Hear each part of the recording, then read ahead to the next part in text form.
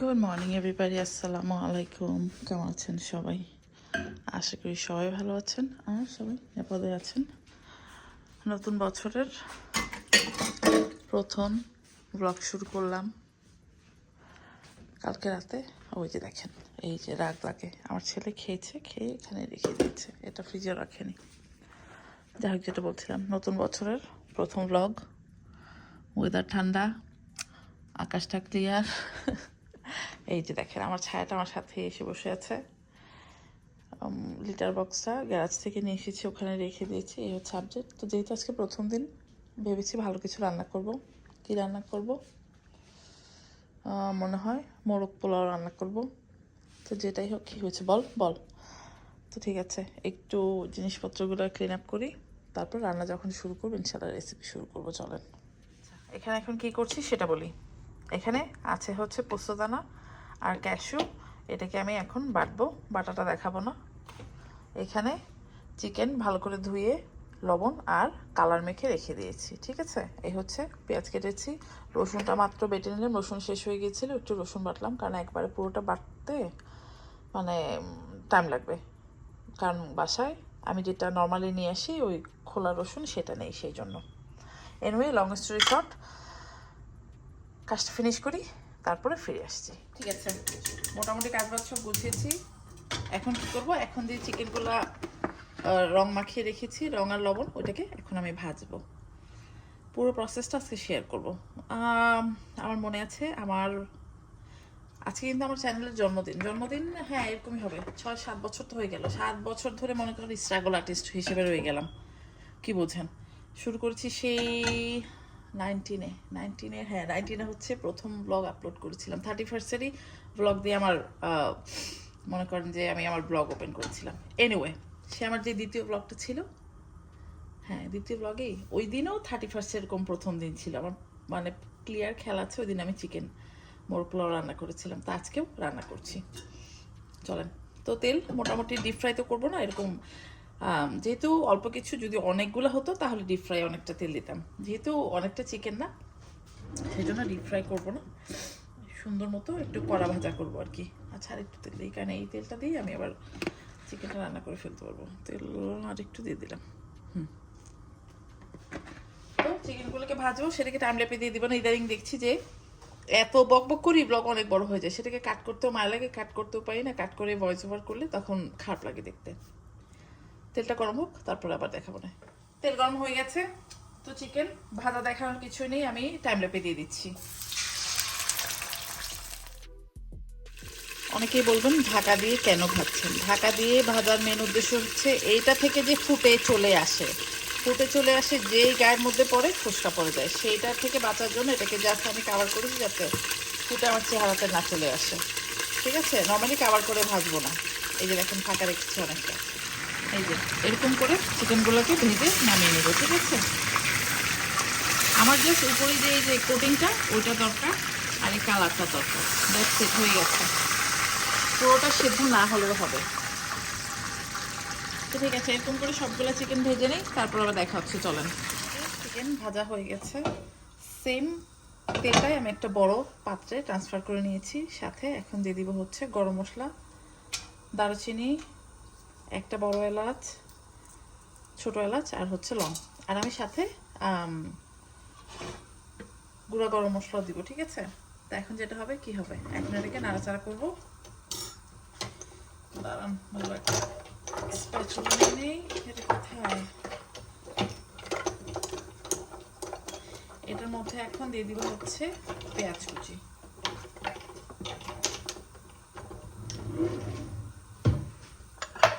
এই যে বেশ খানিকটা পেঁয়াজ কুচি দিয়ে দিচ্ছি এখানে।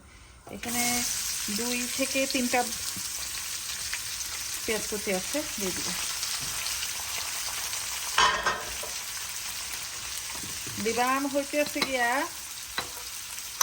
লবণ। আমি কিন্তু রোস্ট যখন ভেজেছি, রোস্ট বলে দূর, যাই হোক রোস্টের মতোই রান্নাটা হবে, ওটার মধ্যে কিন্তু আমি লবণ দিয়েছি হালকার উপরে ঝাপটা।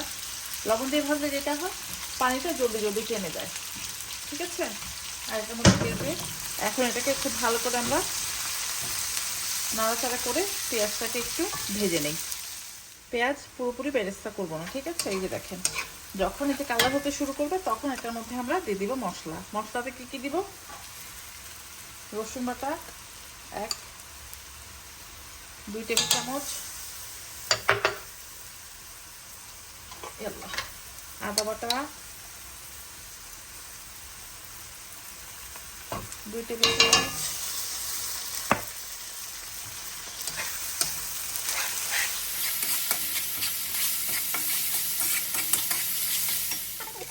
তারপর দিব হচ্ছে জয়ফল গুঁড়া, না সরি জয়ত্রী গুঁড়া দিচ্ছি প্রথমে। এই যে জয়ফল গুঁড়া মানে গুঁড়াও দিব, এই যে 1/2 টিস্পুনের মতো দিয়ে দিলাম। দিব হচ্ছে জয়ফল গুঁড়া,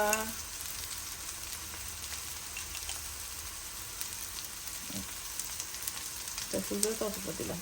তারপরে দিব হচ্ছে জিরার গুঁড়া, তার একটু পানি দিয়ে নিই। আমি একেবারে দই বলে দুধ দিয়ে অজ্ঞান হয়ে যাবো না, ওই জিনিস দুধ দিব না। দুধ দিলে খাওয়ার টেস্টটা আমার কাছে একটু ডিফারেন্ট লাগে।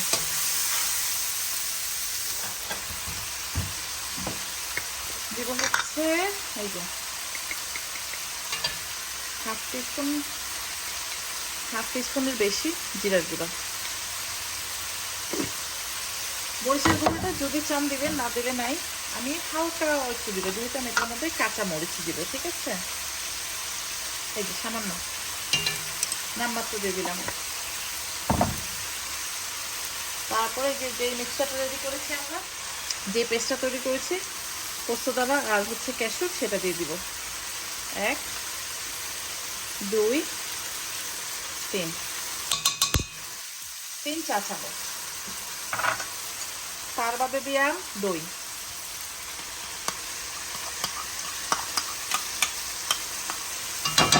পানি দিয়ে ধুয়ে নিয়ে আসছি দইটা। এটা না মনে করেন যে দইয়ের বাটিটা বলেছি, পানি দিয়ে ধুয়ে নিয়ে আসি দইটা। বলেন কি বলছি। দিব হচ্ছে কেচাপ। অনেকে বলবেন দই দেওয়ার পর কেচাপ দিচ্ছেন, না কিছু হবে না, দিয়ে দিচ্ছি এখন। দাঁড়া এখন নাড়াচাড়া দিয়ে নিই।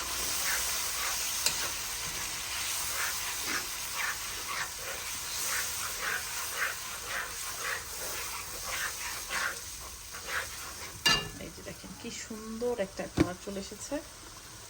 দাঁড়ান, কেচাপ শেষ হয়ে গেছে, বোতলটা খুলে নিই। 4 থেকে 5 টেবিল চামচের মতো দিয়ে দিলাম কেচাপ।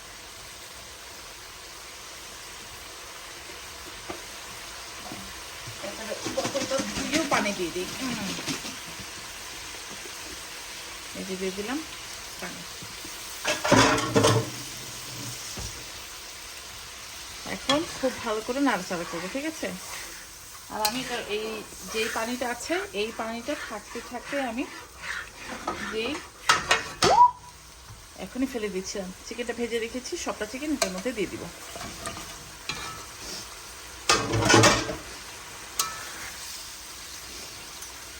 পানিটার মধ্যে আমি এক্সট্রা পানি আর ব্যবহার করবো না, যতটুকু পানি দিয়েছি সেটাই। আর চিকেন থেকে যে পানিটা বের হবে দ্যাটস ডান ডিল, ঠিক আছে?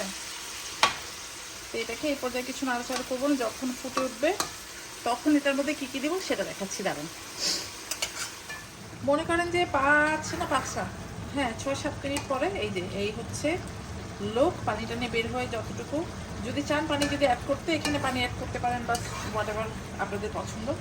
কারণ অনেক সময় না চুলার জালের উপর ডিপেন্ড করে, কি প্যানে রান্না করছেন সেটাও ডিপেন্ড করে। পানি জলদি শুকিয়ে যাবে, পানি উঠবে, এরকম অবস্থা। তো আমি এটার মধ্যে আর পানি টানি কিছুই দিব না।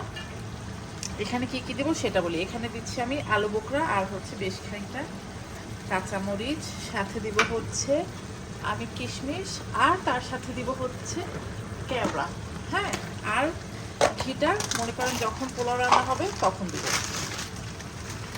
বা যদি চান আপনারা এখনও দিয়ে দিতে পারেন। তা আমি এই দিয়ে দিলাম হচ্ছে কিশমিশ। বাদাম টাদাম যদি দিতে চান সেটাও দিয়ে দিতে পারেন, আমি বাদাম এখন না পরে দিব।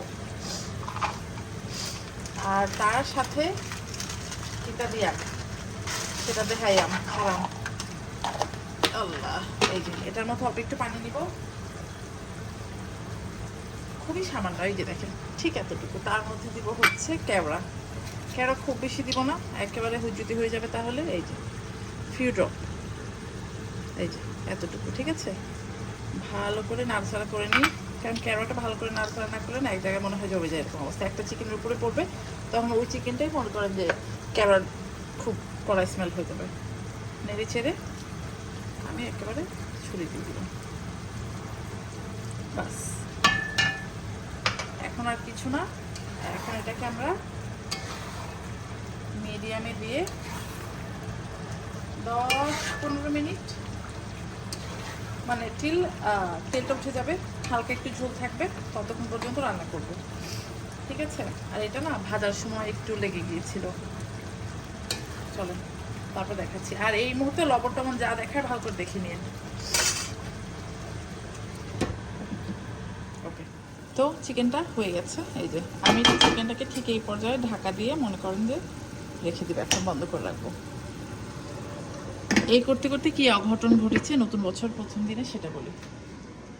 ওই যে নিচে পাইপ সামহাও ফাটেনি, লুজ হয়ে গেছে, সেটা থেকে পানি পড়ছে। তো আমি নোটিস করলাম যে এই ম্যাটটা যে এখানে থাকে, ম্যাটের মধ্যে পানি। তো দেখলাম আমার প্যান্টের না নিচটা একটু ভিজে গেছে। তা আমি বললাম যে আমি থালাবাটিকে এইভাবে মাছি যে একেবারে গোসল করে নিচ্ছি এই পানি দিয়ে। পরে ভালো করে দেখলাম যে না, অনেকটা পানি মোছার পরে দেখছি টিপটিপ করে ওখান থেকে পানি পড়ছে। কী ব্যাপার, পানি কোথা থেকে এলো আবিষ্কার করতে এটা খুললাম, খুলে দেখি ওই যে জয়েন্টটা ওখানে লুজ হয়ে গেছে, ওখান থেকে পানি পড়ছে। বছরের শুরুতেই মনে করেন যে এই যে লাগলো কুফা। তো যাই হোক, আমাদের পরিচিত একটা লোক আছে, ওকে কল দিচ্ছে আপনার ভাইয়া, দেখি কি হয়। আর এখানে চিকেন রেডি হয়ে গেছে, এখন ক্লিন করব, তারপরে চালটা দিয়ে কি করছি রান্না করে সেটা দেখাবো। তো চুলো একটা বড় হাঁড়ি দিয়ে দিয়েছি, দিয়ে দিলাম অল্প সামান্য কিছু গোটা গরম মশলা। এটা অপশনাল, যদি চান দিবেন, না দিলে নাই, বাট আমি দিচ্ছি, ঠিক আছে। সাথে দেবো খুবই সামান্য পরিমাণে ঘি, তার সাথে হালকা একটু তেল অ্যাড করবে, যে 1 টেবিল চামচের মতো ঘি দিয়ে দিলাম।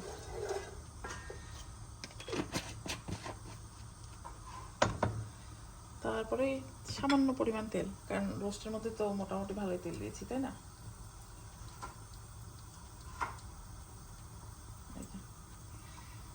দিয়ে দিলাম হচ্ছে তেল। আচ্ছা, এটা এই চামচ দিয়ে এটাতে হবে না। এটাকে এখন আমি চালটা ধুয়ে পানি ঝরতে দিয়েছি।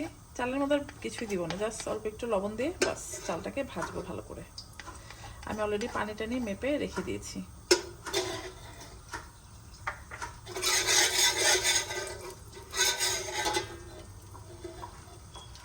অনেকে দেখবেন যে ওই মাংসটা উঠিয়ে ওই গ্রেভিটার মধ্যে চালটা ভাজে, আমি এরকম করবো না।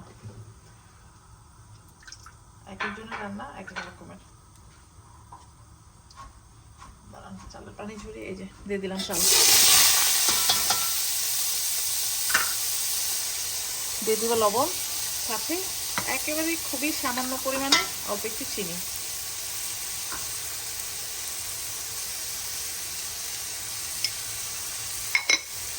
চিনিটা বুঝে শুনবেন, কারণ রোস্টের মধ্যে কিন্তু অলরেডি চিনি দেওয়া আছে ওই চিকেনের মধ্যে। এই যে মানে লবণের কথা কি বলছি নিজে জানি না, আসলে ওই পানি দেখে মাথা গরম হয়ে গেছে। চালটাকে ভাজবো, চালটা ভাজা হয়ে গেছে। এখন দিয়ে দিব হচ্ছে পানি। পানিটা আগেই মেপে রেখেছিলাম।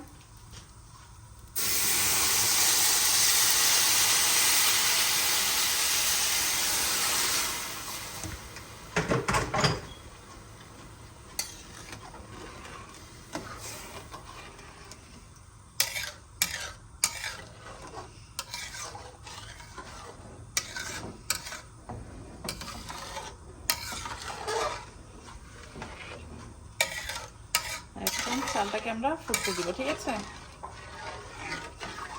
ফুটে ওঠার যখন মনে করবেন যে পানিটা একদম মানে আর মনে করেন যে 5-6 মিনিট আছে পোলাওটা হওয়া, তখন আমরা এটাকে চিকেনটা দিয়ে লেয়ার করব। তো ভাতটা হতে থাকুক, ততক্ষণ পর্যন্ত একটু ক্লিন আপ করে আসি। আবার চালটা যখন এই পর্যায়ে চলে এসেছে, এখন কি করব, এখন এখান থেকে আশেপাশে থেকে আমরা চাল ছড়াবো, আর এটার মধ্যে এই যে চিকেনটা দিব। দাঁড়ান আর একটা ভালো নিয়ে আসি। মানে আমি কিন্তু একটা কালো মিক্স করতে ছিল স্প্যাচুলা হ্যাঁ এটা না এটা না দিস না আদা বাটা কালো রঙের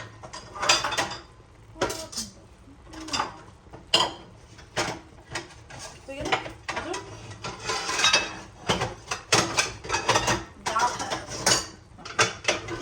যাই হোক স্প্যাচুলা করতে দেরি হয়ে গেছে এখন কি করব এই যে এক পাশ থেকে দিতে থাকি ঠিক আছে তাতে সুবিধা হবে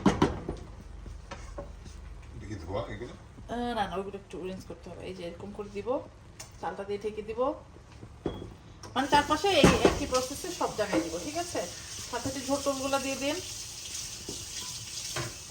ভয় পাওয়ার কিছু নাই যে ভেঙে যাবে গড়ে যাবে তেমন কিছুই হবে না তারপর এই পাশ থেকে দিব এই পাশে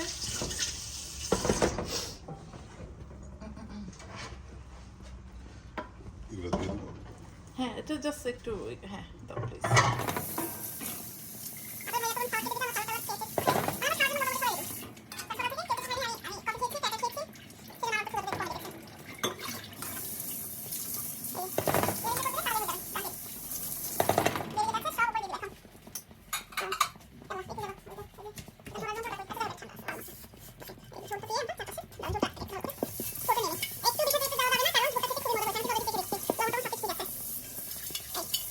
এখন এই যে পাশ থেকে চালগুলো এনে ভালো করে কাভার দিয়ে সুন্দর করে দমে রেখে দিব চালটা যখন ফুটে যাবে মানে মনে হবে যে হ্যাঁ হয়ে গেছে দেন নামিয়ে খেয়ে অজ্ঞান হয়ে যাবেন প্রশ্ন প্রশ্ন এই যে প্রশ্ন কারোর সামনে রান্না করলে প্রশ্ন উত্তর দিতে আমার জীবন যায় বলেন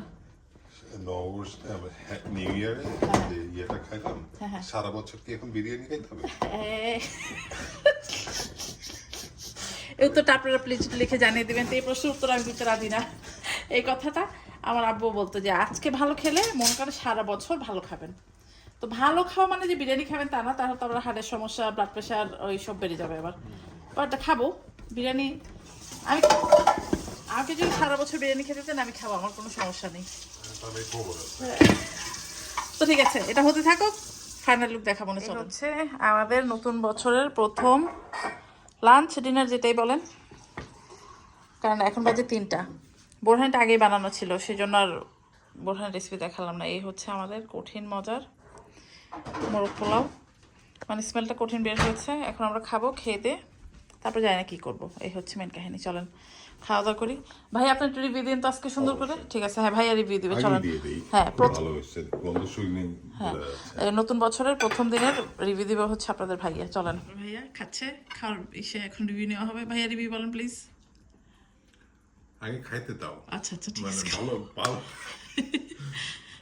এই না তো আসলে ভালো হয়েছে? খুবই ভালো হয়েছে ওকে তো খেয়ে দেখবেন আমি একদম ঘরে যা যা ছিল মোটামুটি তাই দিয়েই রান্না করেছি ভালো হয়েছে ভাইয়া ধন্যবাদ ভেরি গুড সত্যি গুড নট ক্যামেরার জন্য গুড রাইট না না না সিরিয়াসলি ওকে এরকম যদি সারা বছর খেতে হয় তাহলে অসুবিধা নেই না না এই যে জিজেল খাচ্ছে আমি খাচ্ছি আপনারা তো প্রশ্ন করবেন ছেলে কই ছেলে গেছে কাজে কাজের পরে তারপর ছেলে আস্তে আস্তে দেরি আছে সেই জন্য আর মানে আমরা খেয়ে নিচ্ছি আর কি চলেন খাওয়া দাওয়া করি ইনশাল্লাহ দেখা হবে কথা হবে হ্যালো এভরিবাডি ওয়েলকাম ব্যাক এখন বাজে বেলা 1:35 অনেকক্ষণ আগে উঠেছি রান্না টান্না দূরও কি বলেছি বাচ্চাদের জন্য খাবার টাবার করেছি তো বাসায় অ্যাকচুয়ালি সবজি বাজার নেই সেই জন্য আপনার ভাইয়াকে পাঠিয়েছি সবজি বাজার করতে আর ঘরে যা আছে সেটা দিয়ে মোটামুটি রান্নাবান্না শুরু করে দিয়েছি আপনার ভাইয়া বড় একটা ইলিশ মাছ নিয়ে এসেছে 2 দিন আগে কী দিয়ে রান্না করবো বুঝে পাচ্ছি না তাকে এখন বাজার পাঠানো হয়েছে বলেছি পটল নিয়ে আসতে আর এই ফাঁকে আমার মাথায় একটা বুদ্ধি এলো কি বুদ্ধি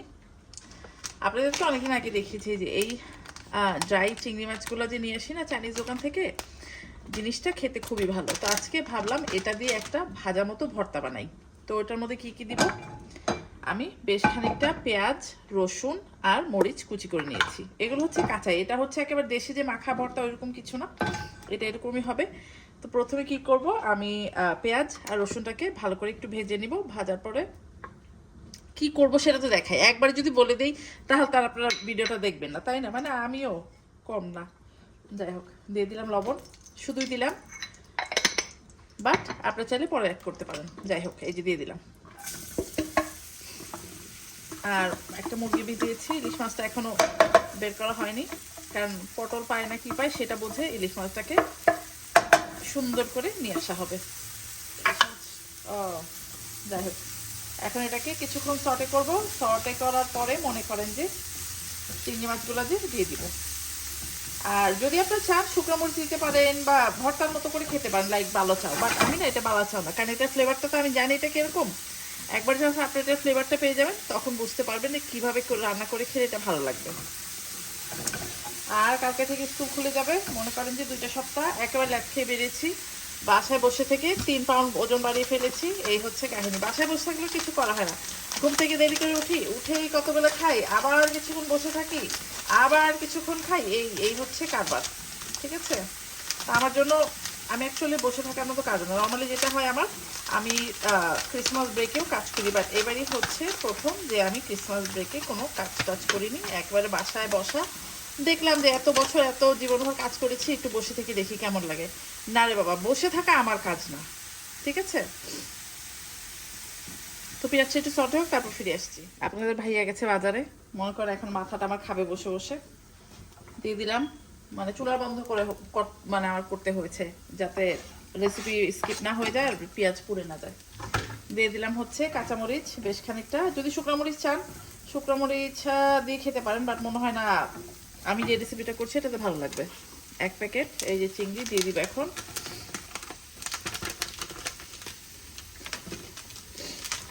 চিংড়িটার মধ্যে মনে করেন যে একেবারে চিংড়ি ড্রাই যেই মানে শুটকি যে ওরকম একটা ফ্লেভার না, আবার চিংড়ি মাছেরও ফ্লেভার না, ভালো একটা ফ্লেভার আছে। তো এটা আমার মনে হলো যে এইভাবে রান্না করে খেতে খুবই মজা লাগবে। তো এটাকে আমরা এখন কঠিনভাবে একেবারে ভাজা ভাজা করে ফেলবো। তারপর নামানোর আগে যদি চান ধনেপাতা দিতে পারেন, আমি মনে হয় ধনেপাতা দিব। তো ঠিক আছে, এটাকে এখন সুন্দর করে ভাজা টাজা করতে থাকি। ঠিক আছে, চলেন। এই দেখেন সুন্দর একটা কালার চলে এসেছে। এখন এটার মধ্যে আমরা দিয়ে দিব হচ্ছে ধনেপাতা। ধনেপাতাটা নিজের ইচ্ছা, যদি চান দিবেন, না দিলে নাই। দিলে মানে আমার মনে হয়েছে দিলে একটু ভালো লাগবে খেতে।